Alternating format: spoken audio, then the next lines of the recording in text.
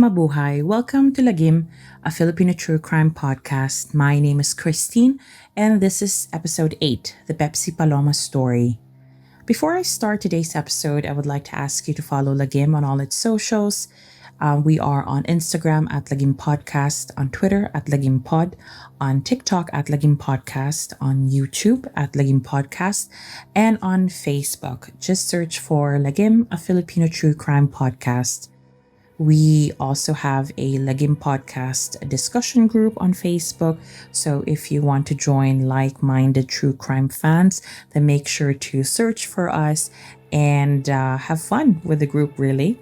I have also set up a Patreon page for Lagim on patreon.com.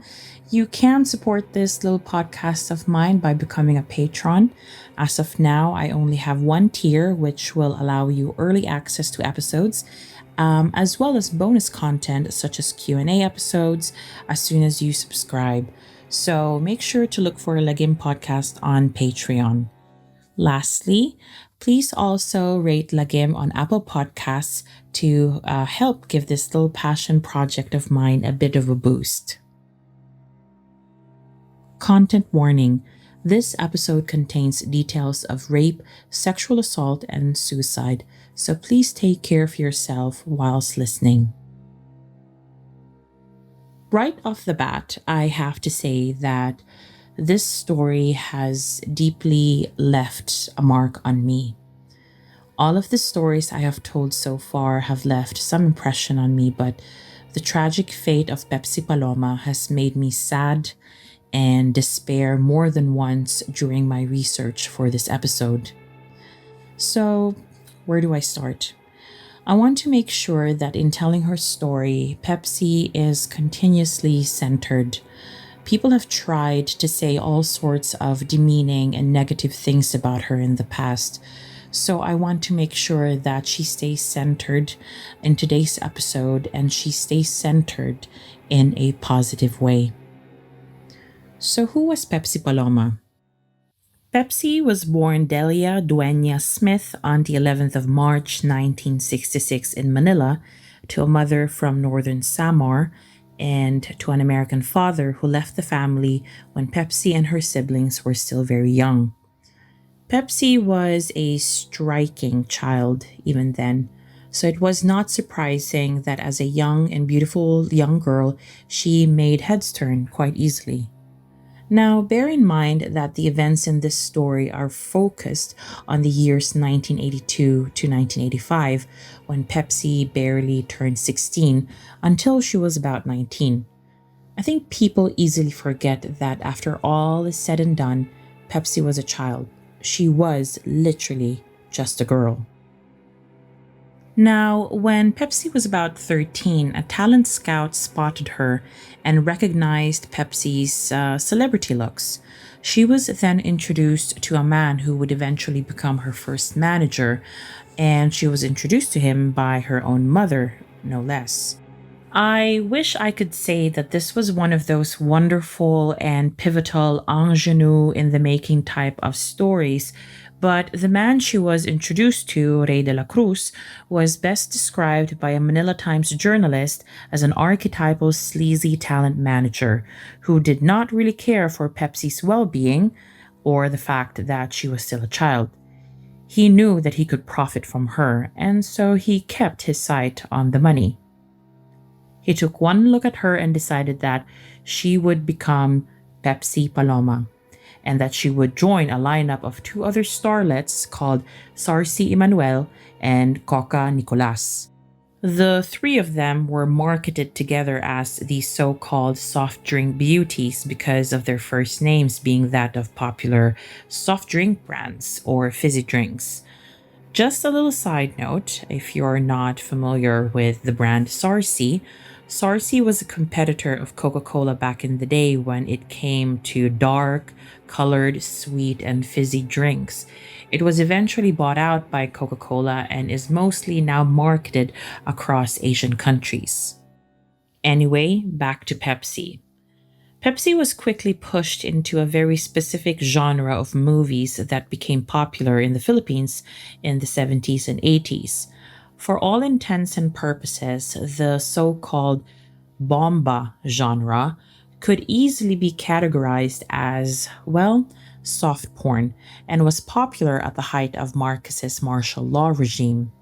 Bomba was characterized by gratuitous nudity and simulated sexual intercourse by very young actresses and actors, as one Manila Times article would put it. By the age of 15 or so, Pepsi had already appeared in her first Bomba movie.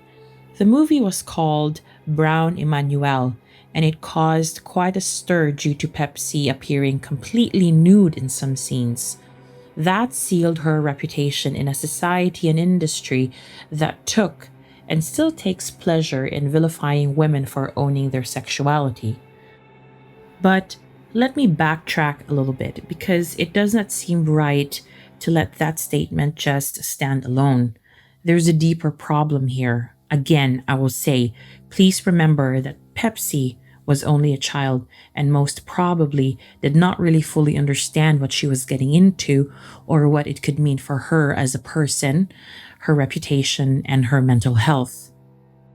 In my research, it seemed that she may have been forced by her manager, or at least heavily persuaded and also strongly encouraged by her own mother to star in this particular movie and the movies afterwards.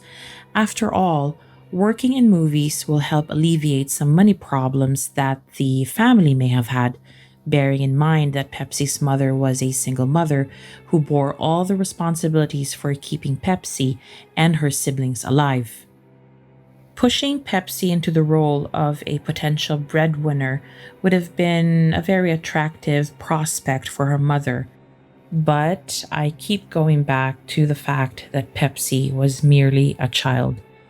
And from what we know about child psychology and pedagogy, it is really not fair to put these kinds of responsibilities on a child. It is also not healthy for a child's development to be pushing her into this kind of work, let alone ask her to be nude for a lot of the scenes in the movie and ask her to also simulate sexual intercourse in the movie. The mental health repercussions and trauma that could come from that could potentially damage a young child like Pepsi for a long time. So, what happened to Pepsi? During the promotion of one of her movies in 1982, Pepsi and another Bomba starlet named Guada Guarin were at a party at Broadcast City on the 21st of June, a venue for several radio and TV networks back in the day that had since been demolished. Present at the party were also three male celebrities who were quite well established in Filipino show business. They were Vic Soto, Joey De Leon, and Richie Reyes, who was also known as Richie the Horsey. For those who may or may not still remember, Soto and De Leon were part of a band trio called VST & Co. They were known for their easy listening disco sounds during the martial law regime. Tito Soto was their third member of the band. Richie was not necessarily part of the trio, but had always been closely associated with the three. I can only strongly recommend asking your older Filipino relatives about them. I am pretty sure they will have some memories of the trio. Needless to say, the three shot to fame and were well sought after within the industry and by their female fans, many of whom essentially threw themselves at them as fans are sometimes wont to do. Eventually, the trio went into the noontime entertainment business and started hosting a show called Eat Bulaga. This only increased their reach and influence as celebrities. It was at this juncture that Pepsi's path crossed with theirs. Pepsi claimed that she and Guada met the three men during a taping for a comedy TV show called Iskulbukul at Broadcast City. Afterwards, a party was organized at the same location and Pepsi, Guada, and the three men were all in attendance. Pepsi recounted that whilst at the party, the men started harassing her and Guada. She claimed that the men ripped open their blouses, which Pepsi perceived as very humiliating. Pepsi also stated that Reyes at some point pinned her arms to her back to allow Soto to kiss her on the lips. De Leon was apparently taking pictures of these happenings and then insisted on kissing her under the guise of wanting to teach her how to kiss artfully. I cannot imagine how Pepsi and Guada might have been feeling at this point. To be taken advantage at that young age, at such a weirdly public setting by three established male celebrities, must have been a harrowing experience to begin with. Nevertheless, the next thing we know from the story is that the men, Pepsi and Guada, somehow ended up in Sulu Hotel, a different location. Now, I know what you're thinking. Why would the women still go with the men after what had happened at the party? All I can think of is that maybe the men apologized or gaslit the women or maybe forced them, telling them that it was all some drunken banter, that it was all just some joke, and then they ended up inviting the women to hang out with them. Or maybe the women were already drugged at the party, something that was part of Pepsi's claim against the men. Now, the Sulu Hotel was a known hangout place for those working at Broadcast City after all, so maybe the women did not see a reason why they could not hang out with the three men even after that faux pas with the blouses at the party. But again, this is only my speculation. One has to remember the ages of the women compared to the men and also the power dynamics or imbalances involved. You have a perhaps naive, too trusting teenager, potentially starstruck and maybe tipsy and or drugged, being shown attention by established older men within the industry. Vic Soto was after all 25 at this point, and Joey De Leon was 32. Pepsi might have felt the need to play along even after the blouse ripping and the kissing incident, to perhaps not appear as a quote-unquote killjoy, but we will never know. Now, in some articles I have read, it looked like the group arrived at Sulu Hotel to have drinks and snacks. I am not sure if this had happened at the bar of the hotel or in the room of the three men, which was room 210. All we know from the articles written at the time was that Pepsi claimed that she and Guada had been drugged, that their drinks may have been spiked. It explains why it may have been easier to goad the women to go to the room eventually. Pepsi then recounted how Joey then proceeded to molest both her and Guada. Things happened quickly afterwards. Pepsi alleged that both Soto and De Leon gang raped her whilst Reyes was taking pictures of what was happening. Guada later on would corroborate everything that Pepsi had said and admitted that she saw everything. The next day, Pepsi told her mother what had happened to her. Her mother made sure to contact the police authorities, but it would not be until June the 31st of 1982 when Pepsi's manager Rey de la Cruz and her mother decided to file a formal complaint with the then Defense Minister Juan Ponce Enrile that the story hit the headlines. The police authorities were not able to immediately file charges against Soto, De Leon, and Reyes because for that to happen, Pepsi needed to hire a private prosecutor to pursue a criminal case. Unlike in other legal systems where a state prosecutor has the sole power to prosecute someone for a crime or crimes, a crime victim in the Philippines cannot simply rely on the government to pursue prosecution. One will have to hire a lawyer to make sure that the court does not end up just dismissing the case for lack of prosecution. This is such an insane notion for me as a former lawyer. I trained in a legal system where such a thing is not even remotely conceivable. The way that I understand crime prosecution in the Philippines makes me think that justice can only be had by those who can actually afford it. Those who cannot afford it are either at the mercy of pro bono lawyers or at the mercy of karma because their cases will most probably be not picked up by the government prosecution service. How is this fair and how is this just? So, Pepsi needed a private prosecutor. When filing the complaint with Juan Ponce Enrile, Pepsi and her mother were advised to have their case looked at by one of Ponce's lawyer colleagues named Rene Cayetano, another legal and political big name in the Philippines. Cayetano, back in 1982, was the lead lawyer of the big firm ACCRA or ACRA Law Offices. And at the behest of Enrile, he actually agreed to represent Pepsi pro bono. Cayetano, being the diligent lawyer that he was, went to work on the case right away. It was August 6th at this point already. By August 18th, Pepsi finally filed charges against Soto, De Leon, and Reyes for rape and acts of lasciviousness at the Quezon City Fiscal Office. In the following days, the men filed a libel case against Pepsi and Rey de la Cruz. Pepsi quickly filed a counter case against it. By August 30th, Pepsi, Vic, and Joey finally faced each other in court.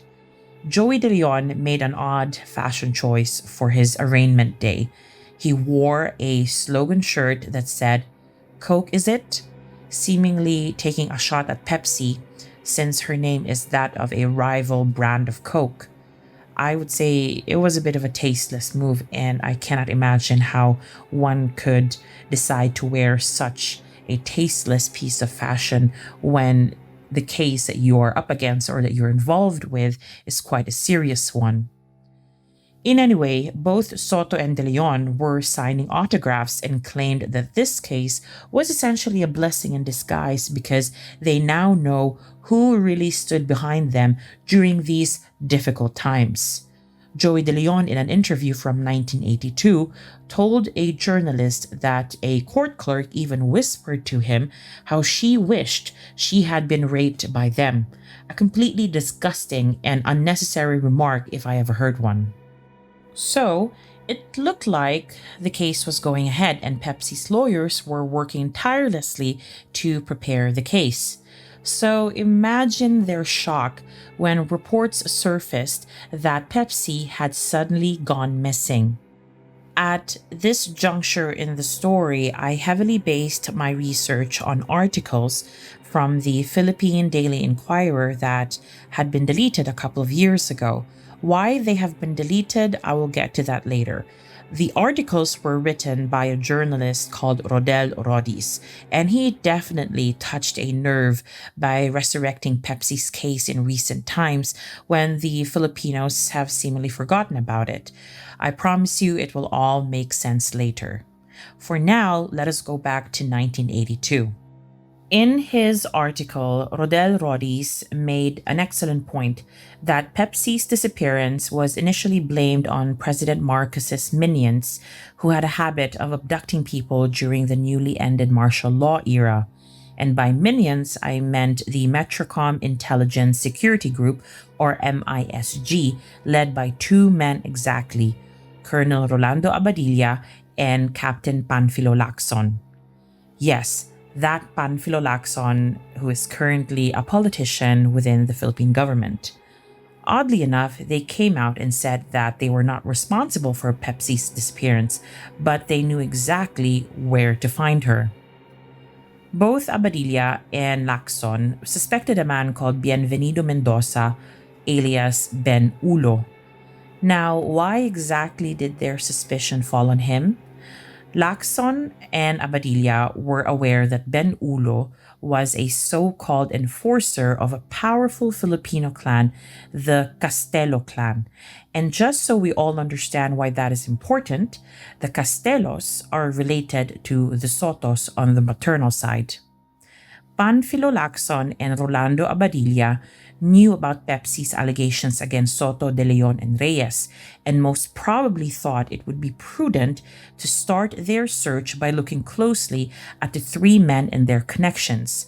And they were right. Pepsi was indeed recovered from Ben Ulo, and thankfully she was not harmed. According to Rodel Rodis, Ben Ulo was previously sentenced to life in prison in 1953 for the murder of a Manuel P. Monroy. Monroy was a prosecution witness in a murder trial involving the then National Defense Secretary Oscar Castelo, who, by the way, was Vic and Tito Soto's uncle. Castelo was sentenced, but it is not known, according to Rodis, how long he sat his sentence for. When Ben Ulo was interrogated by Abadilla, Rodis wrote that Ben Ulo admitted to being an accomplice of the Castelos. So, Mendoza, or Ben Ulo, was indeed arrested and had confessed to Pepsi's abduction. But there is no record as to whether he was ever charged with any crime in connection to Pepsi's abduction. If indeed Ben Ulo or Mendoza had gotten away from the abduction arrest unscathed, I can only imagine the frustration Pepsi must have felt. I can also imagine how she thought she might have been way over her head at this point. Following her abduction, she probably slowly realized what she was up against, or who she was up against. Not only were the Sotos capable of just having her abducted, a scare tactic obviously, but they were serious about making sure she did not push the case any further. They have already attempted to influence her once. Well, influence is probably too mild a word. When things had died down after her abduction, Pepsi disclosed that before she was abducted, Tito Soto paid her a visit. The way she described it made it sound like a very bad mafioso movie that if it weren't true, I would think it was just a deleted scene from some bad, mafioso movie. Pepsi said that during his visit, Tito Soto brought with him papers that he wanted Pepsi to sign. She said that Soto had a gun with him and placed the gun on the table where they were meeting. Soto essentially coerced Pepsi to sign an affidavit of desistance, which will have the effect of dropping the complaint that Cayetano was filing against the younger Soto, De Leon, and Reyes. Now, let us not get it twisted. I am aware that there are rumors out there saying that Pepsi's mother signed the document as if she were Pepsi. I mean, Pepsi could have truly signed it for herself, but I highly question the validity of the document either way, seeing as Pepsi was merely a minor. How could a court or the Department of Justice accept this farce of a document and let the complaints against Soto, De Leon, and Reyes just drop? So, as a result of the affidavit signed by Pepsi, her case did not go ahead. If the case had gone ahead, all men would most probably have been prosecuted, convicted, and sentenced to death. Rodis made a good point that not too long ago, a group of men were sentenced to death for the rape of Maggie de la Riva, a case we have already covered. And perhaps Tito Soto was fearful that if he could not force Pepsi to yield, his brother and his friends could suffer the same fate. Now, so far we have heard Pepsi's version of events, and I would be remiss if I did not include the version of the men. A writer for the Esquire magazine managed to find an old copy of an interview with the men for Who magazine, a publication that is now defunct. The interview is from 1982 and gives a lot of insight as to what the men thought of Pepsi, the media, the allegations against them. To me, it read like a rather telling instruction to toxic masculinity, but I digress. In the 1982 interview with Tito, Vic, and Joey, the three confirmed the details about the taping of Iskul Bukol, the after-party at Broadcast City, but the stories began to diverge after that. The men alleged that both women, Guada and Pepsi, hitched a ride with Vic on the way to Sulu Hotel because Pepsi and Guada did not have enough money for a cab. The men said that before they left Broadcast City, the women had asked for photos with the men. The way the pictures turned out, they said, cannot be divorced from the context. They said there was nothing malicious or lascivious behind those photos. It was all unfortunate angles and timings. Now, if you wonder what these pictures are all about, you will remember earlier on that Pepsi alleged how De Leon and Soto forced kisses on her whilst pictures were taken. The pictures support Pepsi's claim as far as Pepsi was concerned. But according to the Sotos and De Leon, Pepsi very much allowed those kisses. For example, the kiss from Vic was apparently consensual, and the original and uncropped picture showed Pepsi holding Vic's nape, indicating consent. The men begrudged that the cropped pictures were the ones that were disseminated to the press. The men said that nothing happened after the consensual kisses. No blouse or trousers were ripped. The men also pointed out that if indeed they had ripped Pepsi's clothing apart and kissed her forcefully without consent, why would the women, or why would the girls more specifically, because that is really what they were at this point, still go with them? Again, we will never know, and I already speculated earlier as to some reasons why both Pepsi and Guada still agreed to go to the Sulu Hotel with these older men. The Sotos and De Leon were adamant that Vic, Joey, and Richie were innocent. If you have time to read the whole Esquire magazine article with pictures of the old article from Who magazine, please do so. The link is in our blog. It gives you a window to some truly disturbing and unbelievable explanations that, for me, it almost became comical in nature. What stood out to me at one point in the article was Tito Soto's incredible explanation as to why Vic Soto could not have raped anyone. He said that Vic was such a skinny man and could never have overpowered anybody, let alone rape a woman. To that I say, I do not think size is a hindrance when wanting to do such evil deeds. Moving on, Tito Vic and Joey were also adamant that this whole quote-unquote gimmick, as they loved calling Pepsi's claims, was the doing of Pepsi's manager, Rey de la Cruz, who was known to be shady and money-hungry. Another golden nugget from the interview was Joey De Leon's arrogant grandstanding during the interview itself, when he challenged the press, saying that there should be more control over the press through another declaration of martial law. Now, for context, Proclamation 1081 by the Marcos administration was made in 1972, declaring martial law in the Philippines, but this ended in 1981. Marcos's regime, however, would not be over until another 5 years, when the Filipinos essentially ousted Marcos through the People's Power Revolution in 1986. One prominent feature of the Marcos's martial law regime was the suppression of press freedom. It is therefore appalling and surprising to me that Joey De Leon would wish another martial law regime just because he held this particular grudge against the media at this point. Joey De Leon was also not shy in dissing print publication, essentially rating it as much inferior than television or radio, the media that propelled him to prominence. This was an odd way to respond to an interview that will eventually land in print. Again, I can only recommend that you read that article, as it really gives you a sense of how Tito, Vic, and Joey thought of themselves at that moment. When reading it in 2021, the interview seems all the more ludicrous, arrogant, self-entitled, and gaslighty. I am sorry. I tried so hard to be impartial and objective in this case, but I guess it is hard when it comes to a case like this. But we are moving on with the story. The interview from Esquire magazine was from September.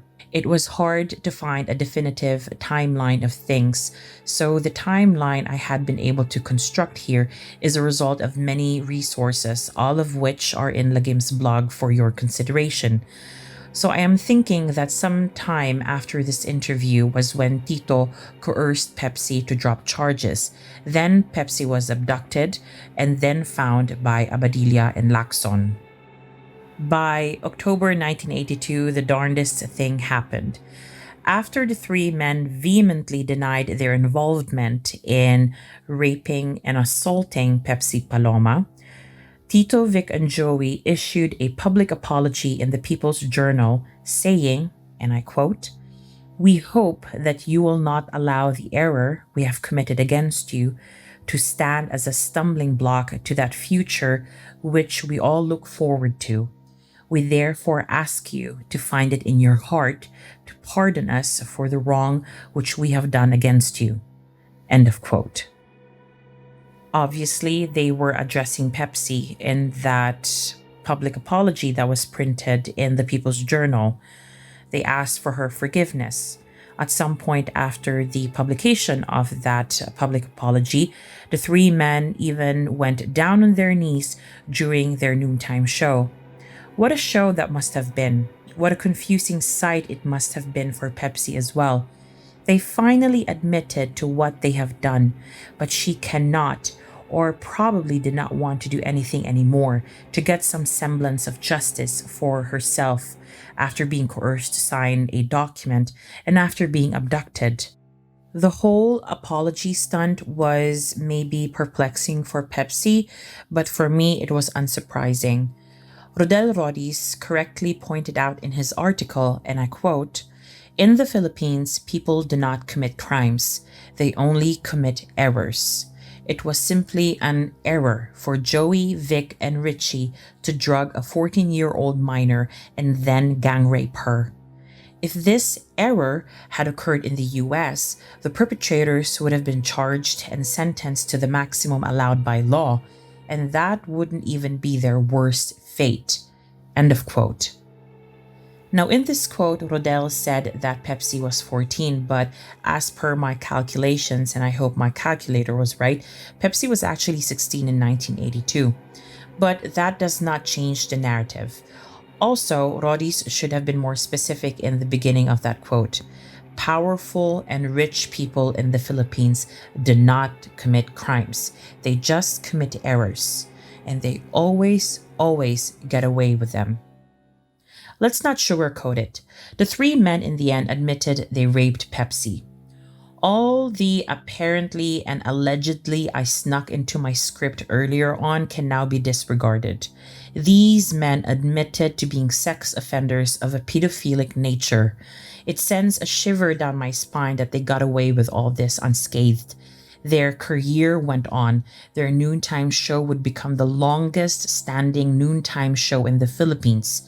Vic and Joey are still on it as hosts. Tito Soto is now a senator, and Richie Reyes got to live a full life until his death in 2015. There were no protests for Pepsi, no public outcry. No one stood up for her. I want to say that there are two reasons for this. First, the public may have thought she deserved it.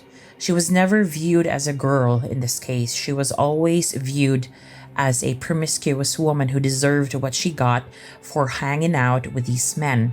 Secondly, the men were beloved public figures, and they knew this as their surefire leverage.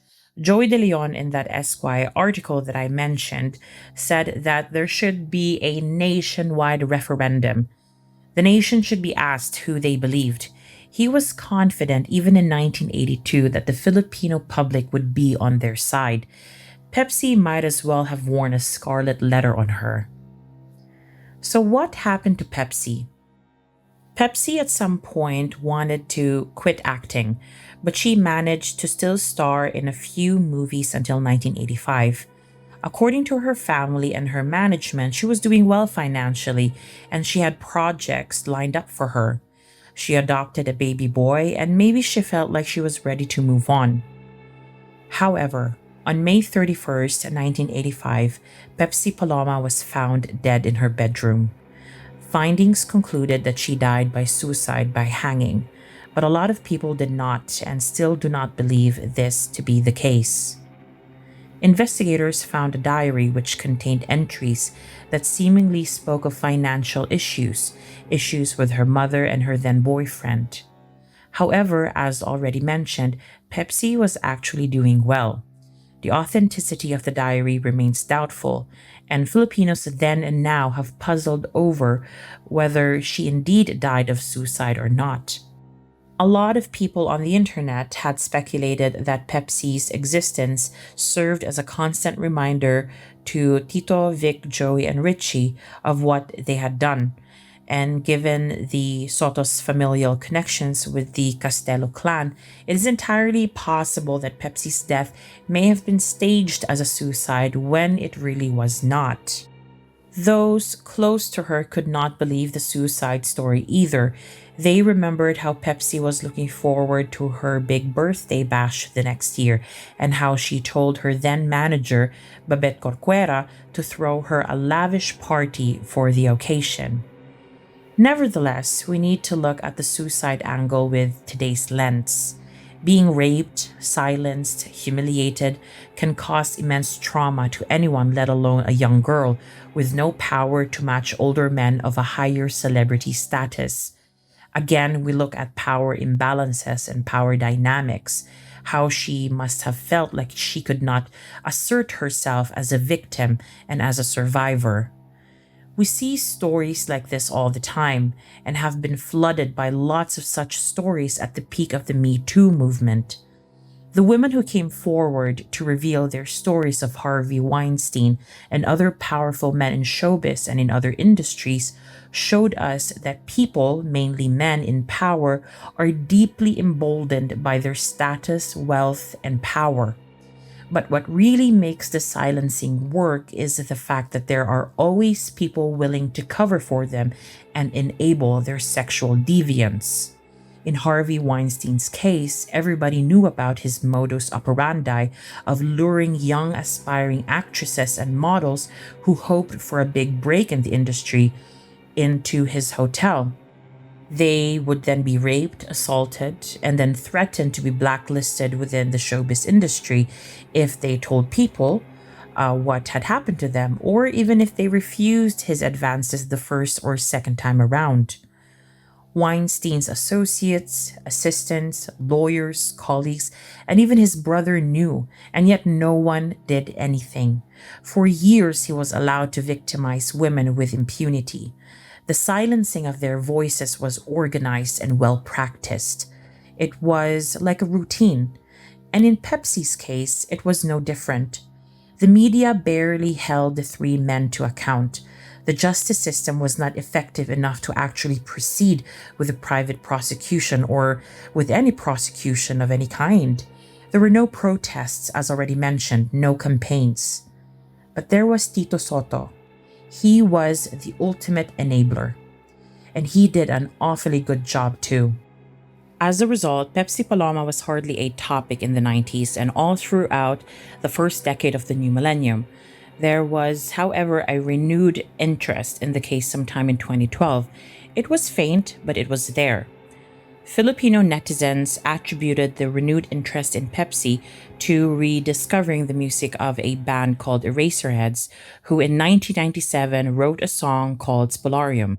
Many believed that the song was about Pepsi and her sexual assault, but the band had since denied it was about Pepsi at all. The Filipinos remain unconvinced, however.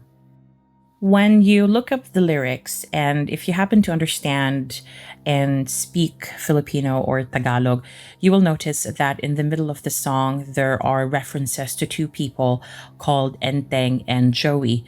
Now, as Filipinos will know, Enteng is a nickname for Vic Soto, and Joey must be Joey De Leon. Now, people have speculated over these lyrics for years now, but the band's official position is that this is not about Pepsi. I guess for now, even if we remain skeptical, we will have to take Eraserhead's word for it.